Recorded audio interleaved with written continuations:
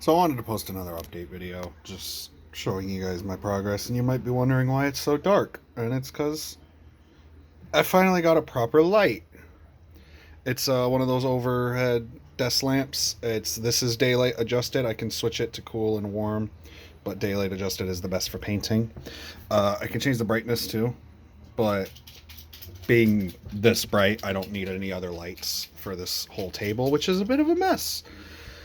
I got these guys assembled. Thousand Suns.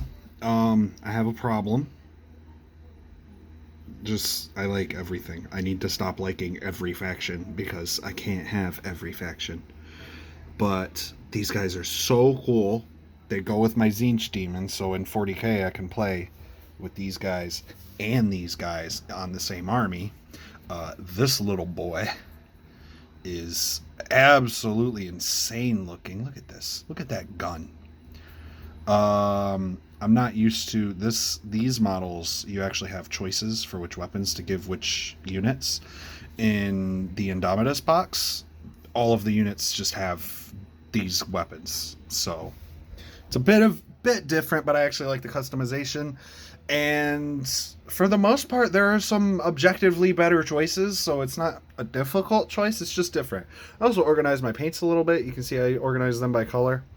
I don't have enough of some colors to go together, and these are all of my off grays and grays together. Like, I've got one real white and then two bone colors. I've got one black, and then I've got 7 grays, off grays. Granted, Dark Reaper, Rust Gray, Fenrisian Gray, and to an extent Stormfang, you could all call light blues or dark blues in this case. But they're off gray, let's be honest. And obviously I have Storm Vermin Fur, Heat Gray Seer, Celestial Gray. Those are all gray. Those are my metallics. This one's a dry brush, but it's still metallic. I got my texture paints back here. This one doesn't seem very textured. It seems a little thick, but it didn't seem very textured, and I used it a little bit on some paper and didn't love it. I don't have the paper anymore. This also, yeah, this one. It's supposed to crack once you paint it. It goes on smooth, but it's supposed to crack to show a little bit of texture. It didn't do that when I tried it on a base. So I don't know if I'm using it wrong or what, but this one wasn't great either. But I did get a couple of other things that are hiding over there in the corner next to my guy. You can kind of see the pamphlet if I could grab them without knocking everything over. We got some Vallejo stuff now. I'm not a huge fan of their color selection, honestly. It might be just that I'm going to the wrong stores, and the store I know that has a good selection, they also have an amazing selection of Citadel paints, and I like Citadel paints, obviously. I don't dislike Army Painter, and I haven't used Vallejo, so I don't know if I like it, but I like Citadel. I'm okay with sticking with Citadel. But I got these guys because these seemed a lot more useful. This is mud. I opened it. I don't want to open it right now because the cap's a little weird, specifically on these two, but it looks like mud. It looks like brown, like is that color right there. It looks like that, but mud. It literally does look like mud.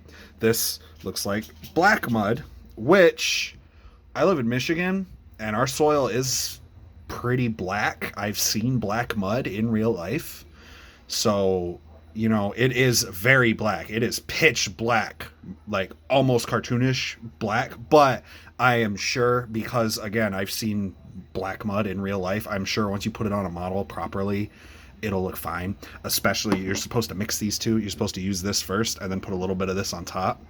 And I'm sure that'll look fine. Granted, they're for dioramas, which are much larger than these, but I can still use them in small amounts. The texture is fine enough that I can use them in small amounts on some of these models. I didn't plan on using them a lot, but I was actually thinking of doing it on something like this guy.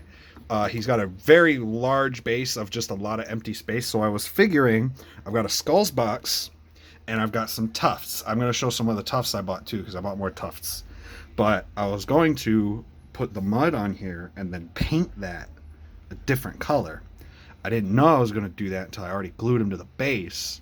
So it would have been easier to base it and then put the model on and then paint over it, because I want to paint it. I want to use this brown mud and I want to paint it a bluish color. Like some of the brown coming through would be fine, but I want it to be like a bluish base on this to see how it looks. I can always go back over it, but it's a little harder with texture paints like that because they're so thick that if I had to put more texture paint on it, I would just add so much more thickness. So I would have to experiment with that on paper first, which I'm fine with doing. I just haven't done it yet. Another thing I got that might be cool is water. It is this one's easier to show because the bottle's transparent. It's a little thick. It's not as thick as glue, but it's a little thicker than water. And when it goes on, it's supposed to go on completely clear. But you can take this, mix a little bit of paint in, just a little, and it'll tint it without coloring it. Supposedly, that's what the box says, and that's what I was told online. You can mix. This one is the completely clear one. It's supposed to be completely clear. I haven't opened it up. Actually, let's open this up. Ooh, that is not clear. That is a white gel that, hang on, combined with still water and applied as a final layer, it adds volume and natural movement to the surface. Oh, okay, I get it now. I didn't actually read that. That would have been a good thing to do before making a video about them. So this is the clear water. This is transparent. It dries completely transparent, at least as completely as I think it can. It'll probably reflect light like water does, which is a good thing. And I've seen what you can do with it, and it really looks like water that is actually still wet, even when it's dry. And then you take some of this, which is that thick gel. It's a thick white gel, and you use a little bit of it to add texture to the top of the water to make the water look like it's moving. So I'm probably not going to use this that often because I'm not doing dioramas right now. I might in the future, but I was thinking I could, because I have mud, but it's not as thick. Like if I want thicker mud, I could just use this. And I could go back and forth with both, because sometimes you might want a thicker grit or a thicker, what's it called? I think that's the right word.